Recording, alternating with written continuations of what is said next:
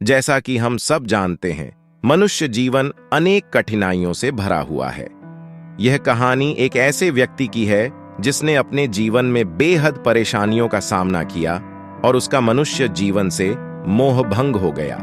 उसे लगता था कि जानवरों का जीवन मनुष्यों के जीवन से बेहतर है, क्योंकि उन्हें इतनी समस्याएं नहीं झेलनी पड़ती। इस कहानी में हम देखेंगे कि कैसे महात्मा बुद्ध के उपदेशों ने उसकी सोच को बदल दिया और उसने यह समझा कि मनुष्य का जीवन ही सबसे कीमती है। तो अगर आप इस चैनल पे नए हो तो चैनल को सब्सक्राइब जरूर करें। तो चलिए शुरू करते हैं। इस कहानी का नायक एक ऐसा व्यक्ति है जो जीवन की परेशानियों से पूरी तरह घिर चुका है। उसकी नींद खराब हो चुकी है, वह हमेशा चिंतित रहता है और उसे यह लगता है कि उसका जीवन व्यर्थ है। हर रोज उसे अपने अस्तित्व का बोझ महसूस होता है। वह सोते समय भी सपनों में परेशानियों से जूझता रहता है। उसे यह विश्वास हो गया है कि मनुष्य जीवन एक श्राप है।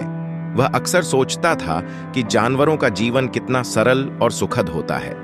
न तो उन्हें अपने भविष्य की चिंता होती है, न ही वे अपने अतीत के बारे में परेशान होते हैं। वे बस अपना जीवन जीते हैं, जबकि मनुष्यों को हर पल चिंताओं ने घेर रखा है। एक दिन यह व्यक्ति तेजी से चल रहा था, मानो जीवन की परेशानियों से भागने की कोशिश कर रहा हो। तभी अचानक वह दूसरे व्यक्ति से टकरा गया। दूसरा व्यक्ति गुस्से में बोला, अरे जानवर हो क्या? तुम्हें दिखाई नहीं देता? एक सांड की तरह लगातार आगे बढ़ते जा रहे हो। पहला व्यक्ति हताशा में कहता है, जो कह रहे हैं वही सत्य है, लेकिन दुर्भाग्य से मैं एक मनुष्य हूं। दूसरे व्यक्ति को उसकी बातें सुनकर आश्चर्य हुआ और वह शांत हो गया। उसने पहले व्यक्ति से कहा, लगता है तुम बहुत दुखी हो, वरना सौभाग्य की बात को दुर्भाग्य नहीं कहते। एक इंसान का जन्म पाना तो बड़े ही सौभाग्य की बात है। मनुष्य का जीवन बड़ी कठिनाइयों से मिलता है और तुम हो कि एक जानवर होना चाहते हो। पहला व्यक्ति फिर से अपनी व्यथा को शब्दों में ढालते हुए बोला, क्या तुमने कभी किसी जानवर को किसी दूसरे जानवर को धोखा देते हुए देखा है? क्या तुमने किसी जानवर को अपने अतीत या भविष्य के लिए परेशान होते हुए देखा है? ऐसे में मनुष्य का जीवन भला सौभाग्य की बात कैसे हो सकती है? इससे अच्छा तो जानवरों का जीवन ही है। हम मनुष्य तो जानवरों से भी गए गुजरे हैं। दूसरा व्यक्ति उसकी बातें ध्यान से सुन रहा था। उसे समझ में आ गया था कि यह व्यक्ति अंदर से बहुत दुखी है और उसे किसी मार्गदर्शन की आवश्यकता है। उसने पहले व्यक्ति से कहा, अगर तुम्हारे जीवन में इतनी बड़ी समस्या है तो इसका समाधान महात्मा बुद्ध के पास मिल सकता है। पहला व्यक्ति महात्मा बुद्ध के बारे में सुनकर थोड़ा चौंका। कौन है महात्मा बुद्ध? क्या वे कोई साधु हैं, महात्मा हैं या पंडित हैं? अगर वे इनमें से हैं तो इनमें से कोई भी मेरी मदद नहीं कर सकता। मैं ऐसे कई लोगों से मिल चुका हूं और उनके पास मेरी समस्या का कोई समाधान नहीं है। दूसरा व्यक्ति मुस्कुराया और बोला, वे इनमें से तो नहीं हैं, लेकिन वे कौन हैं यह मैं भी नहीं जानता। बस इतना जानता हूं कि जो भी उनके पास जाता है उनकी सभी समस्याओं का समाधान बड़ी सरलता से हो जाता है। पहला व्यक्ति सोच में पड़ गया। उसने सोचा कि शायद उसे महात्मा बुद्ध से मिलना चाहिए। उसने दूसरे व्यक्ति से कहा, ठीक है भाई, अगर तुम कहते हो तो मैं एक बार उनसे भी मिल लेता हूं। अगले दिन सुबह होते ही वह व्यक्ति महात्मा बुद्ध से मिलने के लिए निकल पड़ा। 3 दिनों की लगातार यात्रा के बाद आखिरकार वह महात्मा बुद्ध के पास पहुंचा। जब वह महात्मा बुद्ध के करीब पहुंचा तो उसने देखा कि महात्मा बुद्ध अपने शिष्यों को उपदेश दे रहे थे। महात्मा बुद्ध कह रहे थे, इस पृथ्वी पर उपस्थित हर किसी का जीवन बहुत कीमती है, लेकिन मनुष्य जीवन अनमोल है। इसका सही उपयोग कर मनुष्य जीवन के उच्चतम शिखर तक पहुंच सकता है। महात्मा बुद्ध के इस उपदेश को सुनकर व्यक्ति के मन में कई सवाल उठने लगे। जब महात्मा बुद्ध का उपदेश समाप्त हुआ और लोग वहां से चले गए तो वह व्यक्ति महात्मा बुद्ध के पास गया और बोला, मुझे बताइए कि मनुष्य का जीवन कैसे अनमोल है। हम तो हमेशा परेशान रहते हैं, चिंतित रहते हैं। आप तो एक साधु हैं, आपने तो यह सारी चीजें त्याग दी हैं और इसीलिए आप यह बातें कह सकते हैं। लेकिन मैं तो इस जीवन से तंग आ गया हूं। मुझे तो यही लगता है कि मनुष्य जीवन एक श्राप है। महात्मा बुद्ध ने उसकी बातें ध्यानपूर्वक सुनी और फिर मुस्कुराकर बोले, तुम्हारे सवालों का जवाब तुम्हारे ही जीवन में छुपा हुआ है। तुम अपने जीवन से भाग रहे हो, जबकि जीवन से भागने का कोई उपाय नहीं है।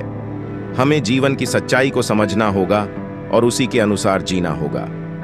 महात्मा बुद्ध ने समझाया कि जीवन की समस्याएं हमें मजबूर नहीं करती, बल्कि वे हमें मजबूत बनाती हैं। जब हम समस्याओं का सामना करते हैं, तभी हम अपनी वास्तविक क्षमता को पहचान पाते हैं।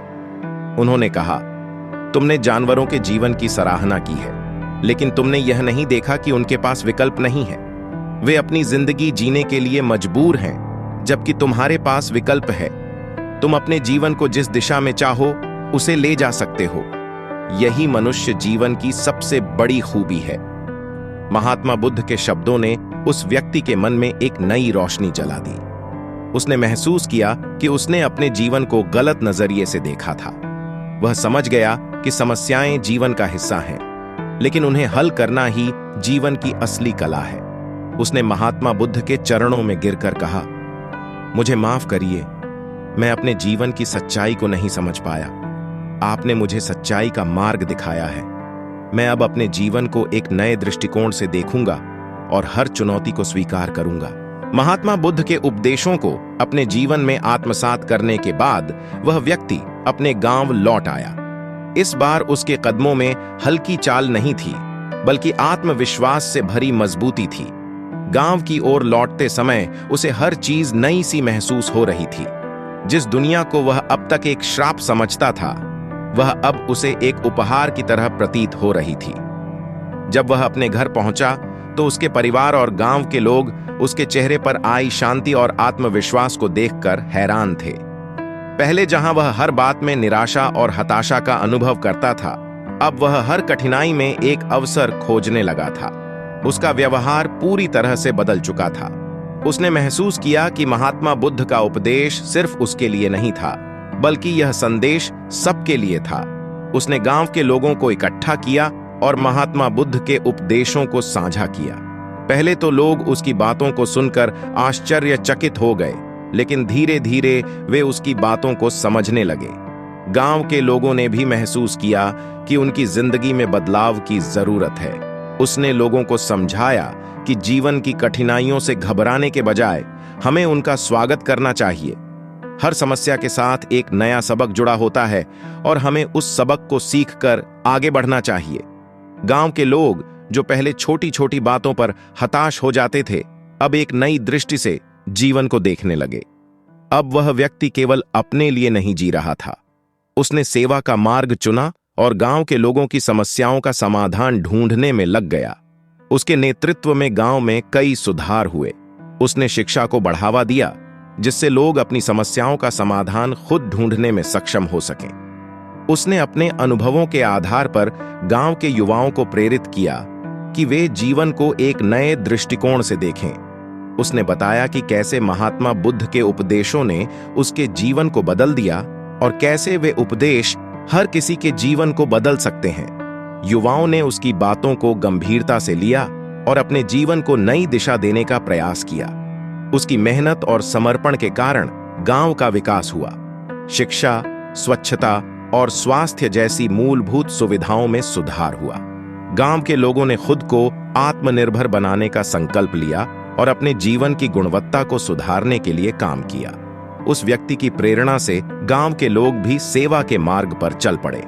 उन्होंने महसूस किया कि सेवा के माध्यम से ही वे अपने जीवन को सार्थक बना सकते हैं। गांव में एकता और भाईचारा का माहौल बन गया और लोग एक दूसरे की मदद करने के लिए तत्पर रहने लगे। कुछ समय बाद उस व्यक्ति ने सोचा कि वह एक बार फिर से महात्मा बुद्ध से मिलने जाए। वह अपनी प्रगति और गांव के बदलाव की कहानी उनसे साझा करना चाहता था। उसने यात्रा की तैयारी की और फिर से महात्मा बुद्ध के आश्रम की ओर चल पड़ा।